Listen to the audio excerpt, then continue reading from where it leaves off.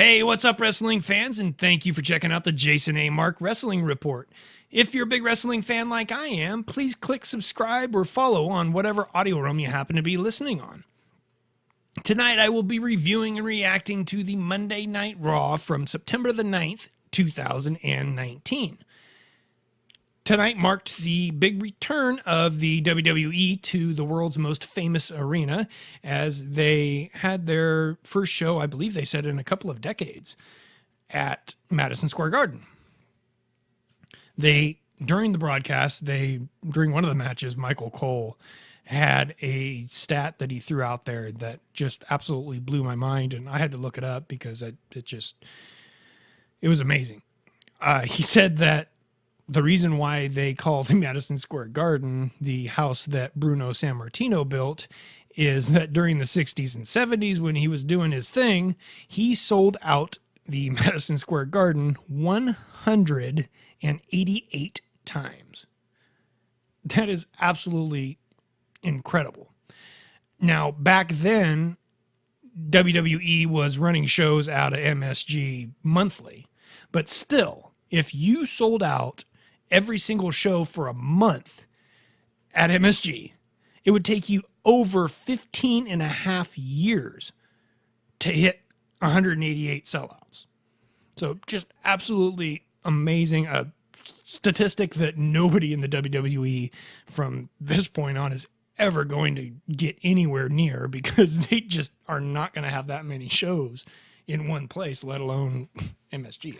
This is the first time WWE's had a Raw on MSG in a couple of decades, let alone. So that absolutely completely blew my mind. Just an amazing statistic, and it kind of sparked a few things. I ended up looking up all sorts of just wrestling history type stuff, and some of the numbers that back then that they were reaching were absolutely incredible. I mean, and we're not talking, it's not like we're talking about it was a different arena, but in the same area. We're talking about the same arena with 20,000 people in it. Like, back then, it just totally blows my mind. So, the evening itself, the show itself, was kicked off right with a little bit of glass breaking.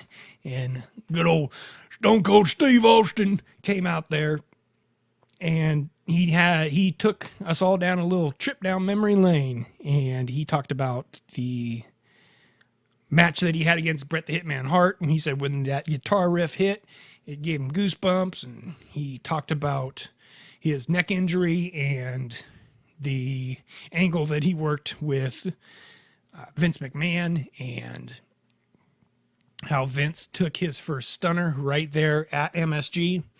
And he talked about the first time he got knocked out was when he kicked the Undertaker in the head, and Undertaker raised his head up, and when he did, apparently it caught old Steve in the chin, and Stone Cold got knocked out cold. Said that was the first time in his life he's ever been knocked out, and old Earl Hebner was standing over him, and he didn't know where the hell he was, apparently, and he had to be told that he was at Madison Square Garden, so he got the snot knocked out of him for sure. Old Steve kicks off the contract signing between Seth Rollins and Braun Strowman for this week was not only special because it was the big return of WWE to Madison Square Garden, but this was also the big go-home show for Clash of the Champions that is coming up on Sunday. The contract signing for why they're doing this, I do not know. One of my biggest pet peeves of WWE is when they put tag team titles on singles champions, or tag team titles on singles dudes that don't need them. The Raw tag team champions, Braun Strowman and Seth Rollins, are going to be facing not only Dolph Ziggler and Bobby Roode at Clash of the Champions on Sunday, but they will also be facing each other for Seth's Universal Championship.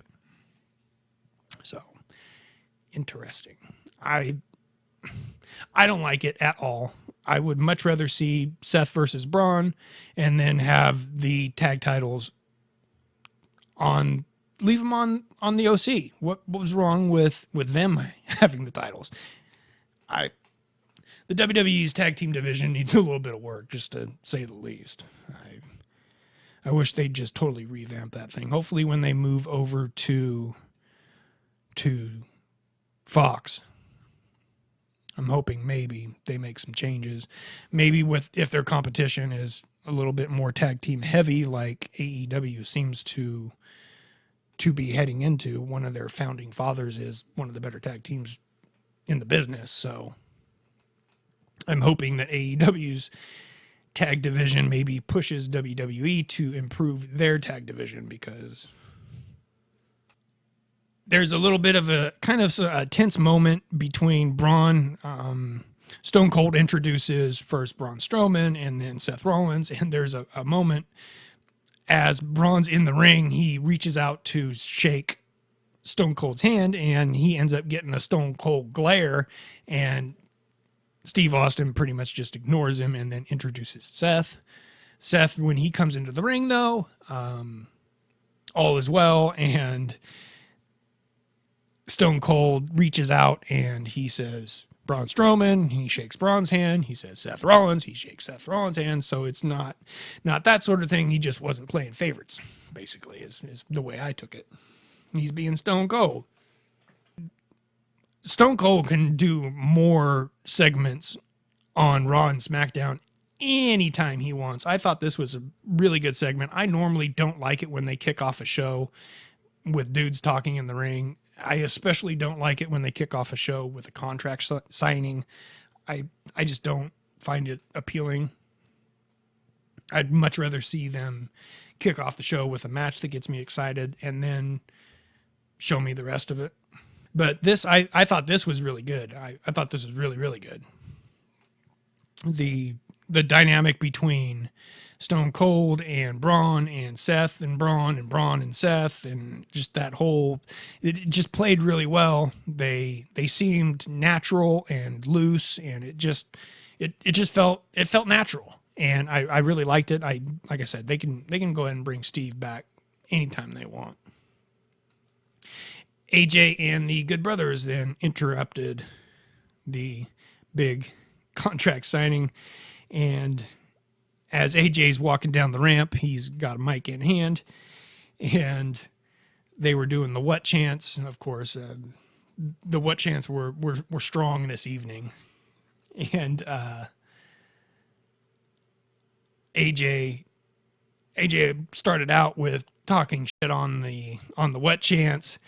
He pretty much said, "Steve, this is all your fault. I hate these what chants, and you're the one that made all this." So he started out by saying, "I know this sounds odd coming from us, but Steve, we don't want none." So it wasn't a confrontational thing, but it quickly became confrontational.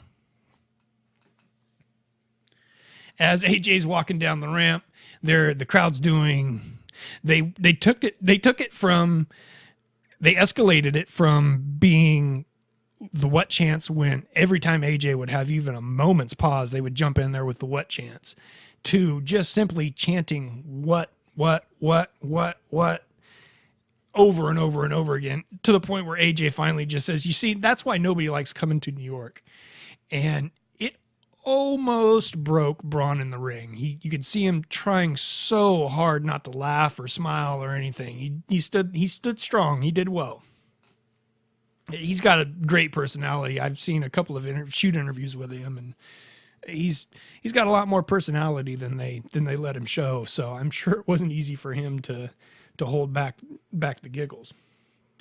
The crowd then took the what chants and turned them into asshole chants for AJ, and Stone Cold said, he said, "AJ, I don't know how good your hearing is, but you got 18,000 people calling you an asshole."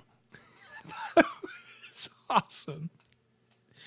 Again, they could bring Stone Cold out there more and more and more. Please do. I don't overkill it. don't WWE it up and just completely shove it down our throats to the point where we don't like it anymore. But AJ then responds with, well, you know what, Steve? In your old age, you've kind of become kind of an asshole yourself. They dropped the old A-bomb on folks this evening. There was Steve Austin got to do his flipping the bird thing. It was some profanity in there. It was a raw. AJ gets in the ring, and after he's called Steve Austin an asshole, he gets in the ring and he says, now look, Steve, I know that you know where I'm coming from here. All Braun had to do was look at the title. It should be that he earned a title shot, not that he looked at it longingly and all of a sudden received a title shot. And Steve Austin then responds to AJ in saying that, I don't know. He said, I don't know. I may not know where you're coming from, but I know where you're going. And as he's saying this, he's just kind of slowly picking up the table that was set up there for the contract signing and kind of moves it to the side.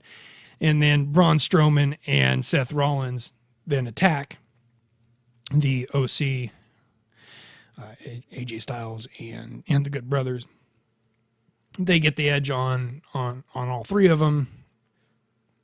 The Good Brothers and Strowman and Seth all end up outside of the ring with Stone Cold and AJ Styles still in the ring. AJ's doing his big dancing thing, and he's mocking Seth and Strowman on the outside of the ring, not paying attention to who's still remaining in the ring. And that's when old Steve gets off his double birds and then kicks AJ Styles in the belly and delivers the old stunner. AJ was still kind of feeling the effects from the stunner when they got back from break, and he had to get ready in a hurry because he had a match with Cedric Alexander, setting up some further action in the evening. So we've got a pretty good, it was actually building up to be a pretty good match between AJ and Cedric Alexander until the OC then attacked Cedric Alexander.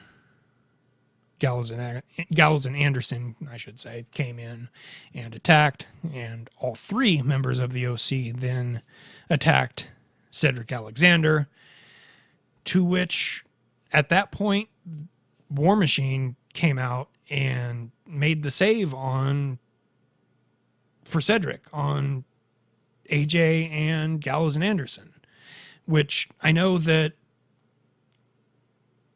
they just had a match in the gauntlet match a few weeks previous, or a week ago, 2 weeks ago. Either way, I didn't quite understand why War Raiders or Viking Raiders, sorry. They've been called so many damn things. Viking Raiders were really even involved in this. I ended up being glad that they were, because what they were doing was setting up the main event, which the War Raiders were. Viking Raiders were involved in. Which, so, I mean, getting War Machine to the main event on Monday Night Raw, that's pretty sweet. So I like that part. Not quite sure why they were even involved in it in the first place, but I like the end result. So there was then a Sasha Banks and Bayley promo. It was a pretty typical, poor Becky and Charlotte. They're whining and crying because of what we did to them. It was a very heel versus face promo. The best part of the promo to me was when they cut away from Bayley and Sasha. They showed Becky and Charlotte getting ready for the match in the locker room. I'm assuming probably a few feet away from where Sasha and Bayley were at the moment, but still. And Becky is taping her wrists, and she's doing it just very aggressively, and she's slamming that tape in. She's just staring a hole right through Charlotte the whole time. It was brilliant. with what WWE did and the way they kind of screwed up the whole Becky thing, it's little things like that that got Becky over in the first place and why we all love her so much, because it's beautiful. So I thought it was awesome. Just little teeny tiny moments like that. Yeah, I guess you got to hold on to them.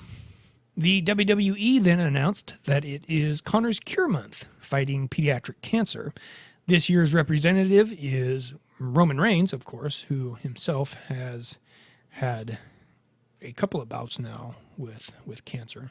This was a little bit of a choke 'em back moment of the program for me.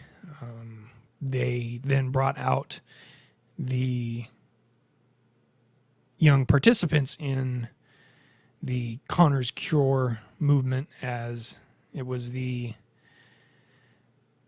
young boys and girls that were battling cancer, and they wore their WWE garb and had their title belts, and looked like a lot of fun for those kids, and neat moment. It was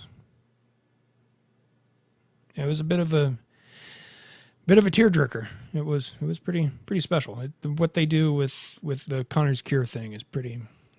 People talk a lot of shit in WWE and what they do and how they're money hungry and they do this and they do that and they don't know what the hell they're doing and their Vince is crazy, and this whole Connor's Cure thing is pretty amazing. So good on them. The next match of the evening was, I think, there were some good matches this evening. I was going to say best match of the evening, but the main event wasn't too bad itself. I really liked this match, though. It was the Becky Lynch and Charlotte taking on Sasha Banks and Bayley. Of course, all four are the four horsewomen of WWE, and all four are involved in the upcoming Clash of Champions, as Becky Lynch will take on Sasha Banks for the Raw Women's title, and Bayley will be taking on Charlotte Flair for the SmackDown Women's title on Sunday.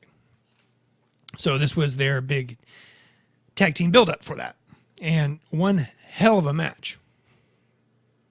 Of course, not any kind of a surprise at all that this would be a good match. These four women have literally grown up in WWE together, and they know what the hell they're doing. They've got amazing chemistry between the four of them.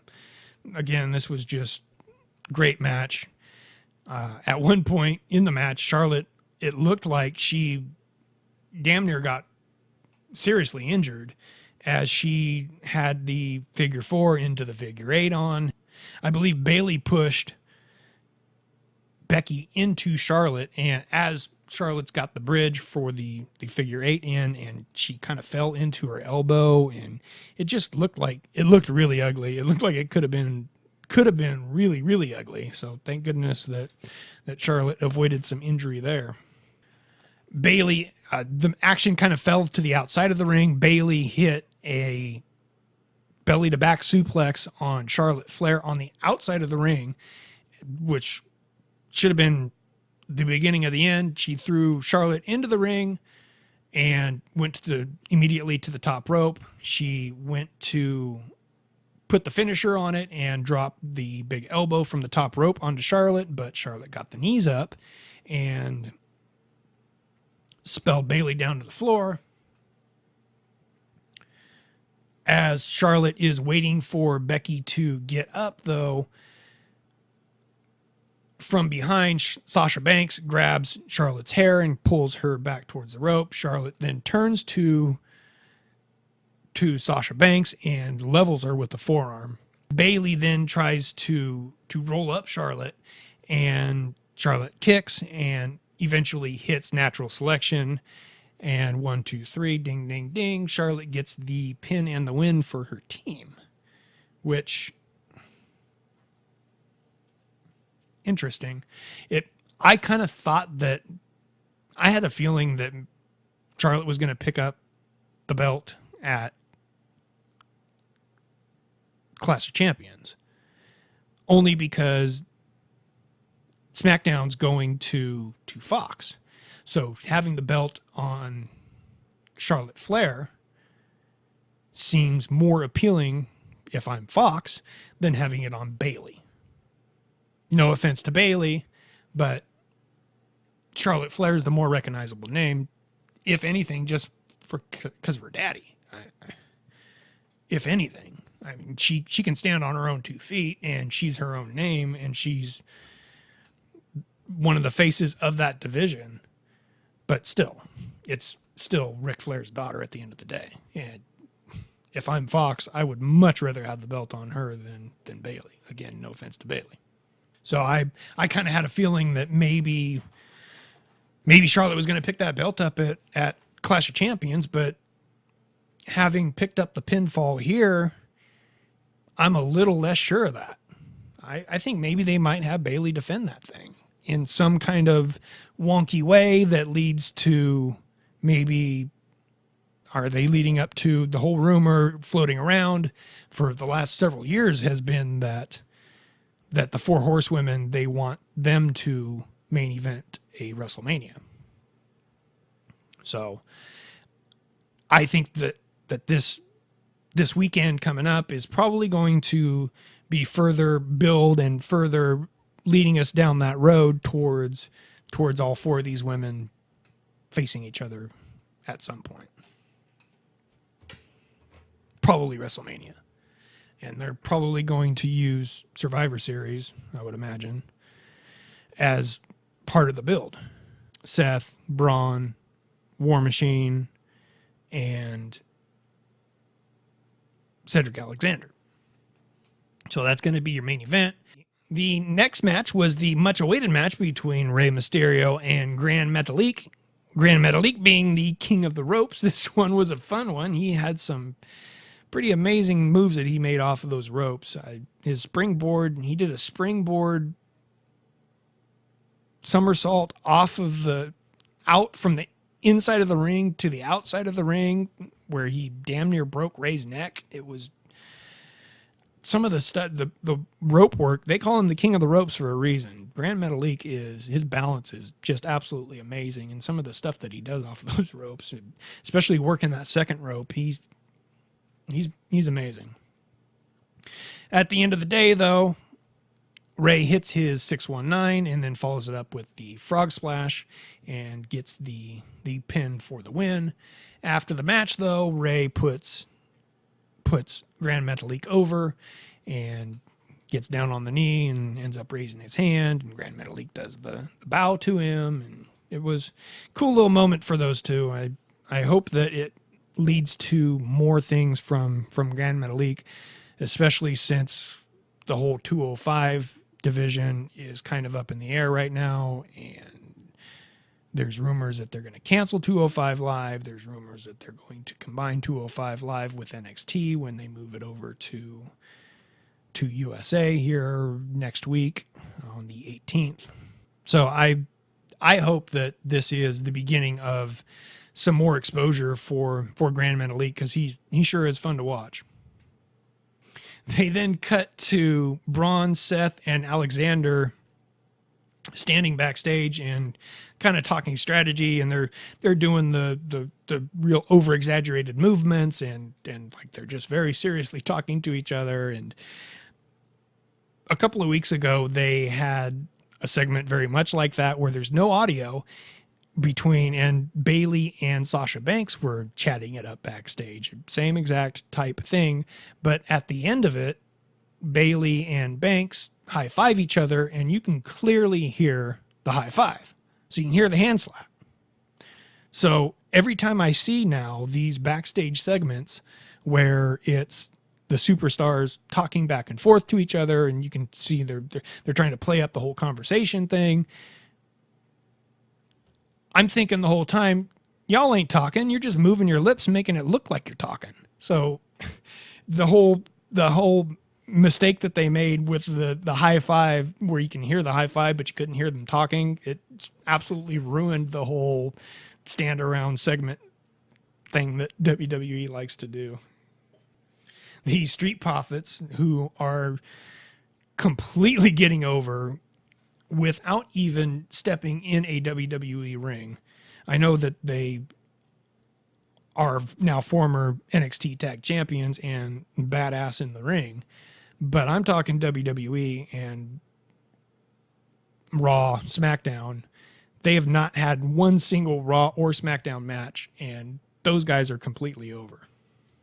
They were hyping up the 10-man tag match that was now set for the main event of this evening, as well as worked on hyping up the upcoming Clash of Champions on Sunday, particularly kicking it to a video package of the Roman Reigns Whodunit Botch Fest that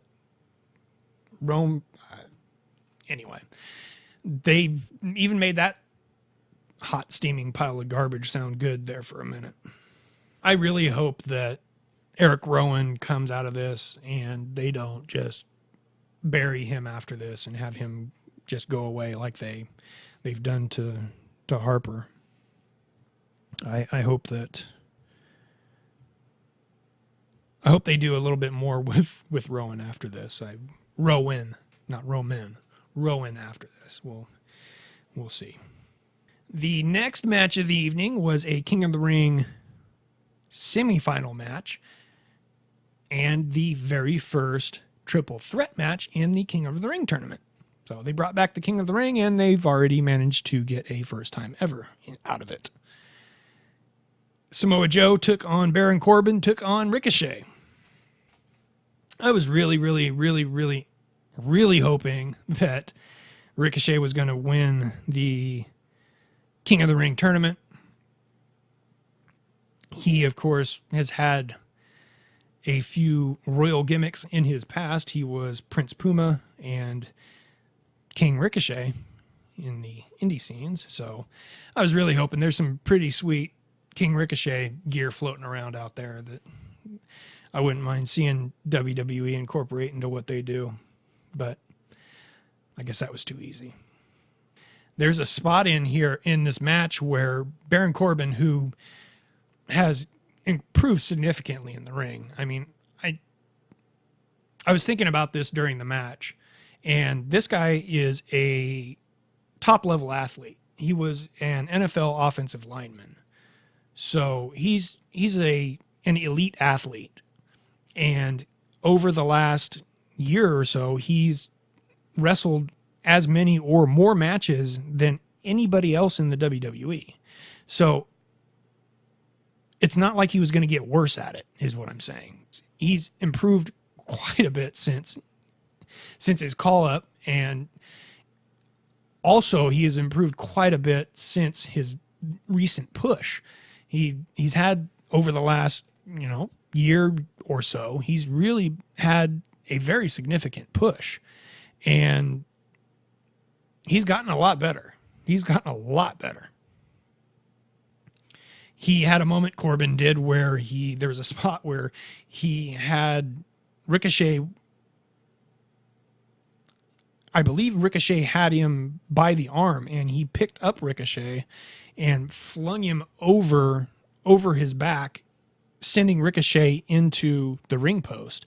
And then Ricochet fell down to the floor and took a really significant bump onto the floor. Good for Ricochet for getting back up off of that one, because it looked pretty brutal. This was a really good match. I could watch Ricochet and Samoa Joe in any match, in any way, anytime. They can go ahead and have a program between those two if they want, coming out of this King of the Ring tournament. I'd be completely fine with that. Ricochet hit Ricochet. It ended up being Ricochet and Samoa Joe in the ring together. Ricochet eventually hits his 630 on Samoa Joe, but when he does, Baron Corbin then swoops in and throws Ricochet out of the ring, which was an awesome throw. He threw him into the crowd pretty good. It was a great sell by everybody. Threw Ricochet into the crowd and then swooped over to Samoa Joe, got the pin, and Baron Corbin steals a win in the King of the Ring tournament and wins the Raw block and will represent Raw in the King of the Ring tournament final. So ding, ding, ding. Good for Baron Corbin. it actually kind of looks wide open right now for Baron Corbin to win this thing. He is going to take on the winner of tomorrow's matchup between Elias and Chad Gable. I would imagine they're probably going to have Gable go over in that because they don't want to end up having Baron Corbin take on Elias. They're both kind of part of that whole Shane McMahon circle thing that was going on, and I don't think that they want two heels going at it in the finals of their King of the Ring tournament. So I would imagine Gable's probably going to go over in that. And unless they want to play up the whole Chad Gable's the little guy and he ended up somehow being the underdog and winning this tournament, I think it looks pretty wide open for Baron Corbin to be your next King of the Ring, which, okay, I'll take it, I guess. I just got through saying that Baron Corbin's so much improved, but I don't know if I want to see him King of the Ring. But I really like the King of the Ring tournament. I think it's great that they've brought it back. Why the King of the Ring birthed their most important superstar, one of the most important superstars of all time in Steve Austin. It launched him into superstardom. It made Steve Austin 316. He cut that 316 promo at the end of the King of the Ring. So it birthed Steve Austin and The Rock won the Monday Night Wars for WWE. And the King of the Ring tournament was a big part of the birthing of Stone Cold. So why the WWE would drop the tournament altogether, I have no idea. And who doesn't like a good tournament? It's been fun. Just the way it's been fun just to look at the way the brackets are going to break down. Like I just said, we're probably not going to see Baron Corbin against Elias in the finals. Well, what if we do? You know, it's fun to have the what ifs, and it brings in a lot of different matchups that you probably wouldn't normally see. So I really like the tournament style. They can go ahead and do this every year, and they ought to bring back the King of the Ring pay-per-view and have the final in the pay-per-view, or at least have it at Clash of Champions. They're apparently going to have it on the following Raw. So I don't know. Just my 2 cents. I really like the tournament style. And the G1 just finished up in New Japan, and that is an amazing tournament. An amazing tournament with an amazing final. So I don't know if they're avoiding doing, because they don't do the whole, they haven't really been doing the whole factions thing until the OC just has recently cropped up. And New Japan seems really big on their factions. They don't really do the whole tag team thing, and New Japan seems real big on their tag teams. So I don't know if the tournament thing is kind of something that they see as something that another company does and they don't really want to do it.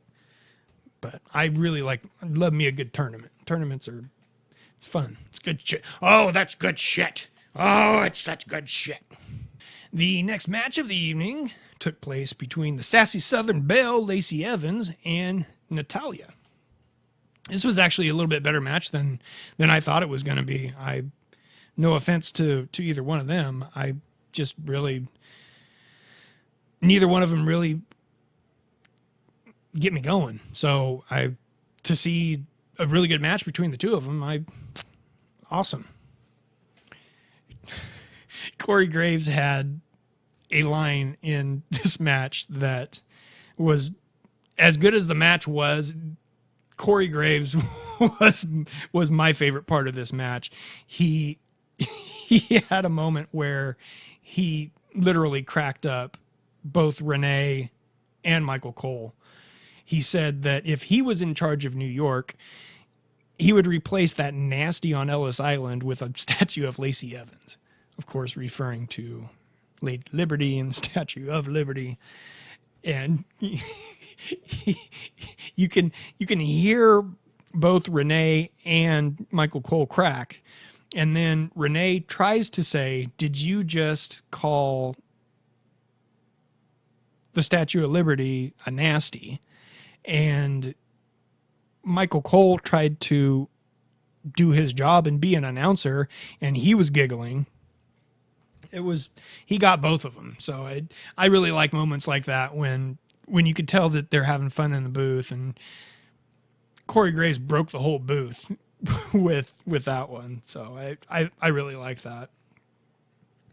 The match actually ended with Natalya locking in the sharpshooter on Lacey Evans, and Lacey Evans was forced to tap, giving Natalya the victory. So it was then the moment everyone was waiting for in the next episode of the Firefly Funhouse. This one was a little bit of a different one. It was kind of cryptic. Some of it I kind of need a little bit of help with. Speaking of, I have a new way for you to contact me here. I should have mentioned this earlier. 209-787-7081 is the show's text and voicemail line. You can call that number. You can shoot a text to that number. Tell me what you think about some of this stuff.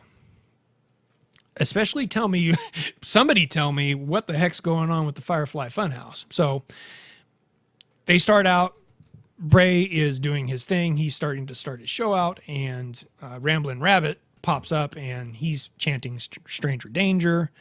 Eventually, all the characters come in, and they're working this Stranger Danger thing.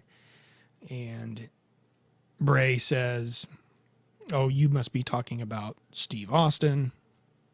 He then puts the one hand to the ear with the glove on it, and it's the hurt glove to the ear.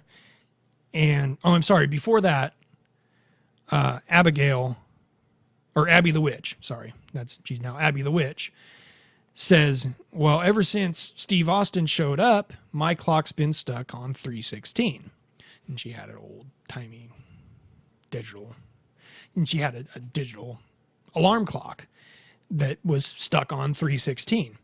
And Bray takes out a hammer, and he says, well, I could fix that. And then Rabbit then freaks out because, of course, he's been smashed by a hammer before. So he's gone down that road already, and he didn't want any of that hammer. So Bray then smacks the alarm clock a couple times, and the clock moves from 3:16 to then 11:19. That's the part I don't quite understand. I don't know if it's November of 2019, if it's November the 19th. I don't know if that's something biblical, because playing it off the whole Austin 3:16, and that's a biblical verse that Bray's referring to. I'm not too sure. So 209-787-7081, please tell me what in the heck that means. 209-787-7081. Shoot me a text. Let me know what in the world 1119 is. I've been thinking,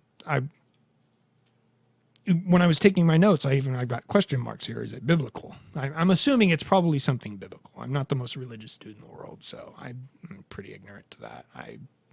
I'm not too sure. Somebody let me know. 209-787-7081. Before the Firefly Funhouse, they showed a highlight clip of Enes Kanter, NBA player Enes Kanter, entering the ring. Former New York Knick and NBA player Enes Kanter entering the ring. And Enes is a huge WWE fan. He's openly said that when his playing days are over on the basketball court, he would like to try to transition to an in-ring career. So good luck to him on that. It's cool to see other dudes out there that are just big wrestling fans. So good stuff, man. Ennis rolled up R-Truth and won the 24/7 title for all of a few minutes. He had a blue jumpsuit on, a Knicks blue jumpsuit on. And as he won the 24/7 title, he holds the belt up and unzips the jumper, and he's got his number 11 Boston Celtics jersey on underneath it. So, of course, not too many Knicks fans, not too many folks in MSG are Boston Celtics fans. So, needless to say, that didn't go over too well. The 10-man main event then was next, and Renee had kind of a funny little comment in the beginning. I'm sure this was one that was fed to her from the backstage. They introduced Seth and Ray Rowe, Hanson, Cedric Alexander, and Braun are already all standing in the ring. Seth comes into the ring, and Renee says, there's so many personalities and so many gigantic men in this match. So, like I said, that sounds like such a fed from the backstage line. Anyway. So the Viking Raiders, Seth, Braun, and Cedric Alexander are set to take on AJ Styles, Gallows and Anderson, Dolph Ziggler, and Bobby Roode. So again, I'm not too sure how or why this all kind of got mashed together here. I'm not 100% sure where the Viking Raiders get in on all this. How Dolph and Roode at least have a match coming up this weekend against Seth and Braun. So I guess I kind of get that. But anyway, it was really, really cool, though, to see Gallows and Anderson, Bobby Roode, Cedric Alexander, Hanson, Ray Rowe. It was really cool to see all those guys who kind of struggle for some camera time at times. It was really cool to see those guys in the main event, and especially really cool to see those guys in the main event at Madison Square Garden. So, hand clap to those boys. That was very, very cool to see that. I hope that this is the beginning of more of a push for, especially for War Raiders. War Raiders. I'm so used to calling them War Machine. And I had to train myself to calling them War Raiders. And then they changed it to Viking Experience, which, terrible. And then they changed it to Viking Raiders. So they've changed it so many damn times, I screw it up so much. I ought to just go back to calling them War Machine. It's easier that way. Whatever. There was a pretty fun moment in the match. Seth was doing his thing that he does in every match, and he was doing his suicide dives, and Braun did what he does in every match and did the running around the ring and bowling over dudes with the shoulder bump. So Seth would hit him with the dive, and then Braun would come right behind him and hit him with the running shoulder, which I like that. I mean, it's some fun little tag team chemistry from a throw together tag team, so I like that. Braun then ended up with Carl Anderson in the ring, the two of them in the ring together. Braun grabbed Anderson, hit the running power slam, and as Braun's going for the pin, Seth is standing guard, and Dolph Ziggler and Bobby Roode come rushing into the ring and knock Seth into Braun, who's making the pin attempt. Braun pops up and looks at Seth and says, what the heck are you doing? I had him. He didn't see that Bobby Roode and Dolph Ziggler had actually pushed Seth into Braun, so they're building up that tension some more between the two tag team champs. They're building that tension between the tag team champions. Stupid. This match finished out with Cedric Alexander. Raymond, no, it wasn't Raymond. It was Hanson was the legal man in the ring for Viking Raiders.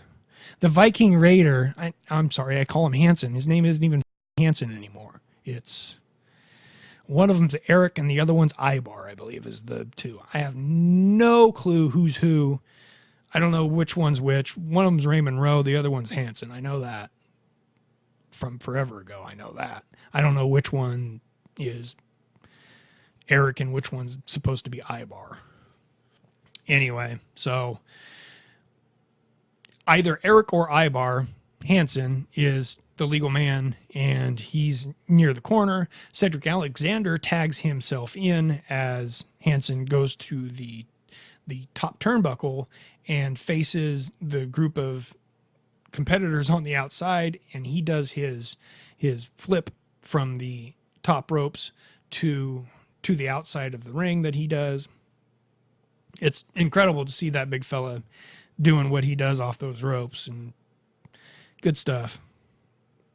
I wish that WWE would do a little bit more with him. So hopefully this is main eventing the show in Madison Square Garden is I would think is a pretty good step in the right direction.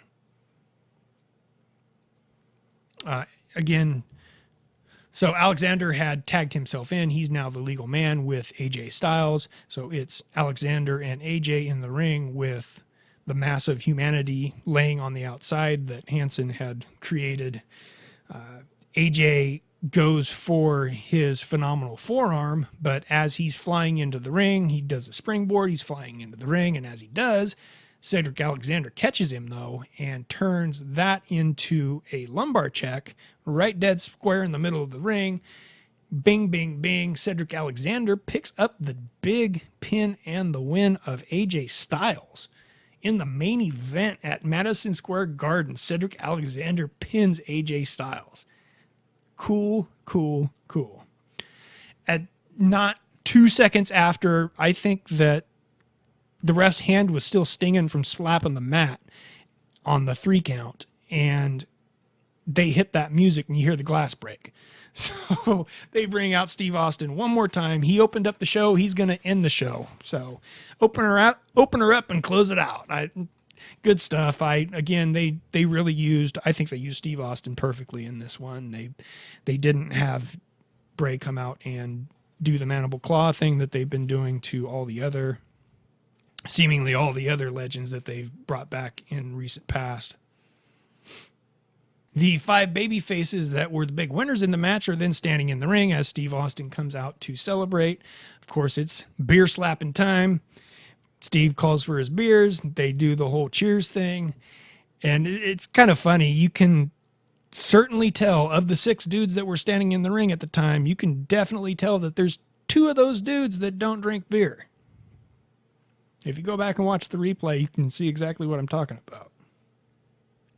Corey Graves actually calls out those 2 as being the most likely beer drinkers of the group, and quite frankly, there were no suds going into either one of those gentlemen's mouths during this whole celebration. Seth was sucking on that can a few times, though. I do believe Seth's a beer drinker, so good for you, Seth. So that's the way they ended the evening. It was a really fun show. I got a kick out of the whole Steve Austin thing. I both love it and hate it when WWE pushes the nostalgia button because it's an easy story to tell. It's lazy storytelling, but shit works, man. Gets me every time. So it was great seeing Steve Austin out there do his thing, and yeah, good stuff. And it was actually pretty cool when they opened the show. They had the big wide shot of the Teletron, or the Megatron, I guess they call it now. They had the big wide shot of the Megatron, and they did the whole glass break thing, and they showed the crowd pop, and you can see that they were in Madison Square Garden. It's the most famous arena. It's very recognizable that they were in Madison Square Garden, and it was Monday Night Raw, and it was really, really cool. I have to admit, it was pretty cool. And I'm a California kid. I've been born and raised in California. I've been here all my life.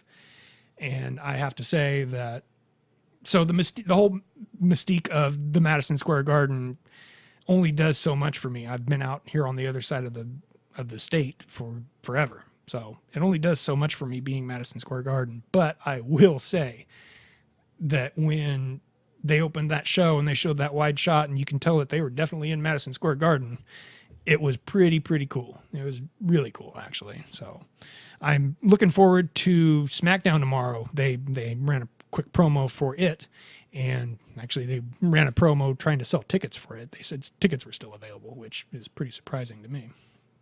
But they have SmackDown tomorrow.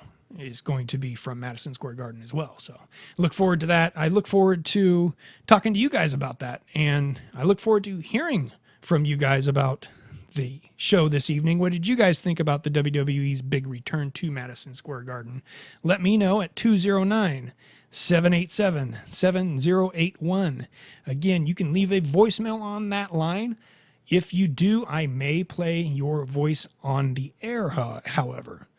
So, if you do not want to hear your voice on the air, send me a text. You can get your thoughts to me that way. So 209-787-7081. Let me know what you guys thought of the show this evening. Let me know what you guys think about the show coming up this weekend as well. So thank you guys for listening. Very much appreciated. If you could please click that subscribe button. Click the follow button, whatever audio realm you happen to be listening to us on. Rate, review, tell a friend. Every little bit helps. Please, thank you very much. I very much appreciate every single one of you. You've been amazing. The wrestling community gets a lot of flack for being a little bit rough at times on folks, but I've had nothing but awesome experience. So 209-787-7081. Again, thank you guys for listening. Much appreciated. Good night. Yeah. Damn. If I said it, I'm in it to win it. I'm trying to make plays, dog. I'm trying to draw scrimmage. They draw the Simmons, draw this picture. They dragging me up through the sand. These motives they have, they start to question me as a man. But fuck 'em, I show no love. They eyes is full of lust. That's why I got no love, homie. That's why I got no trust. And I ain't a bust. Yeah, this life is rough, but every time I fell, man, I had to pick myself back up.